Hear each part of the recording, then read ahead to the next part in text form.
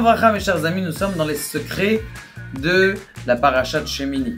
Eh bien, il y a, a priori, des signes distinctifs d'animaux qui sont cachers et ceux qui ne sont pas cachers. On a, a priori, qui s'est marqué dans la Torah, dans cette paracha, deux signes. Le premier signe, c'est de l'animal. Le signe de l'animal, il doit ruminer et avoir les sabots fendus. Ça, c'est de l'animal. Alors que le poisson, qu'est-ce qu'il doit avoir? Eh bien, il doit avoir, comment on appelle ça, un aileron et des écailles, des nageoires et des écailles. A priori, qu'est-ce qu'on comprend de ça? Qu'est-ce que c'est la raison profonde? Pourquoi est-ce que spécialement des écailles? Pourquoi un dauphin, ils sont pas gentils? C'est l'animal le plus sage du monde. L'animal après l'homme, l'animal le plus intelligent après l'homme, c'est le dauphin. C'est pas le singe. Combien on a vu des dauphins qui sauvaient des hommes, et ils sauvaient d'autres animaux, et ils comprennent comment on appelle ça, l'intention de l'homme, et qui tournent, donc, a priori, ça peut être bien, ce dauphin. Pourquoi est-ce que, eh bien, on dit qu'il n'est pas cachère, alors qu'il a l'air d'être gentil? C'est pas un animal qui attaque, comme le requin, ou qui fait peur. Eh bien, mes chers amis, regardez ce petit remez. On n'est pas dans les grands secrets de la Torah, mais un petit remez. Au sujet des sabots fendus, c'est quoi un sabot fendu? C'est-à-dire que tu tiens sur deux. Tu tiens sur deux parties. Ça veut dire quoi tenir sur deux parties? Comme vous le savez, les adanim, c'est-à-dire les planches du Mishkan, elles tenaient sur deux socles. De là, on apprend que dans la vie, si tu veux réussir, tu as besoin toujours d'être aidé. D'ailleurs, quand les gens qui ont réussi, c'est des gens qui avaient des coachs. Ils ont payé un coach. Viens, tu vas m'aider. Quelqu'un qui a besoin de maigrir, s'il a un coach, il va bien plus réussir. Quelqu'un qui a besoin de se renforcer au sport, quand il a un coach, ça va 100 fois plus vite. Tu as besoin de quelqu'un qui te regarde. D'ailleurs, tu veux t'élever en rouhaniout, tu veux t'élever en spiritualité, tu dois avoir un rave. C'est beau d'écouter des cours dans la Torah, mais c'est bien d'avoir un rave. Il va te dire, ça, c'est ça qu'il faut faire, c'est ça qu'il faut avancer. Donc, le sabot fendu, c'est quoi? C'est-à-dire que tu tiens sur deux. Tu sais que tu ne peux pas te débrouiller tout seul. D'ailleurs, on sait très bien qu'un homme n'est entier que s'il est marié. Pourquoi? Parce qu'en vérité, ta femme, c'est ton image et elle voit qui tu es. Elle te montre qui tu es spirituellement. D'ailleurs, c'est pour ça que si quelqu'un, par exemple, il a envie d'aller se renforcer en Torah, eh bien, il doit se renforcer à l'intérieur. Quand il va se renforcer, sa femme aussi, elle va se renforcer. Et quand tu te renforces béhémet, quand tu te renforces de façon vraie, tu vas voir que ta femme aussi, elle se renforce toute seule. Mais il faut se renforcer béhémet, c'est-à-dire que ça soit pas misafa velachot, que de l'extérieur. Tu continues tes bêtises, tu dis, ah, mais je fais ça, je me suis renforcé. Mais non, parce que t'es un demi-renforcement. Ça, c'est pour les sabots fendus. Mais regardez maintenant pour ruminer.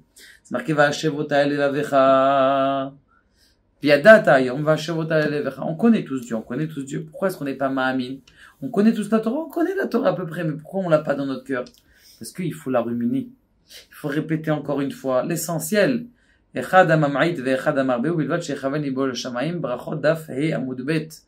milieu, il est marqué là-bas que l'essentiel dans la Torah, c'est pas de connaître beaucoup de Torah. Et là, que tu fasses un petit peu de Torah ou pas beaucoup de Torah, l'essentiel, c'est qu'elle te pénètre à l'intérieur de toi. La même chose, ruminer, c'est quoi? T'as mangé une fois, tu l'as avalé, maintenant il y a là. Encore une fois, tu la rumines, que ça rentre à l'intérieur de ton cœur. La deuxième élément de remez, c'est-à-dire d'allusion et de moussard, qu'on apprend dans les secrets de la Torah, et c'est le poisson. Le poisson, il a une nageoire et il a des écailles. C'est quoi la nageoire et les écailles? Eh bien, mes chers amis, c'est simple. C'est quoi la différence entre un poisson qui a une nageoire et un poisson qui n'a pas de nageoire? La réponse, c'est que quand quelqu'un il a une nageoire, eh bien, il va beaucoup plus vite, il sait droit, il regarde la direction directe dans laquelle il va. Alors que les poissons qui n'ont pas de nageoire, eh bien, ils se baladent un peu, vous voyez, comme les anguilles, je sais pas, peut-être les anguilles, non, mais, ça veut dire que ils bougent un petit peu, vous savez, on sait pas où on va. De juif, il doit avoir dans la Torah une direction directe. Quand tu as une direction, eh bien, tu réussis, t'avances, tu sais où tu vas aller. Quand tu as un but, tu finiras par y arriver. Quelqu'un, il a pas de but, il vivote, il vit au jour le jour, ça marche pas. Ça, c'est la nageoire. Maintenant, les écailles. Même quand tu vas avancer, mon ami, c'est tôt, sourd mais rava, c'est tôt, protège-toi, parce que quand tu veux t'élever, eh bien, tu dois avoir le Yetzara qui va venir t'embêter. Il y a une question qui se posait, moi, j'ai fait teshuva, j'ai plein eu de galères. Comment ça se fait? Je t'expliquais pourquoi. Comment ça se fait que tu as fait tes chouvas, puis tu as plein de galères qui arrivent? La réponse, elle est simple. Elle est que tout le temps, quand tu faisais pas tes chouvas, t'alimentais les forces du mal. Maintenant, les forces du mal, ils étaient alimentées. Ils pensaient que tu allais venir chez toi. Qu'est-ce que tu fais?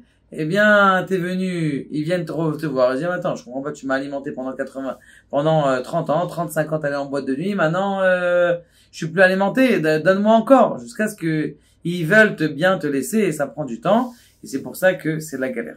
Et donc, c'est pour ça, mes chers amis, qu'on doit être comme ce poisson. D'ailleurs, les Tunisiens le savent bien. Le poisson, Hamcha, Vechoulé. Eh bien, le poisson, c'est celui, donc, qui nous apprend la direction et la protection. Baruch Adonai, la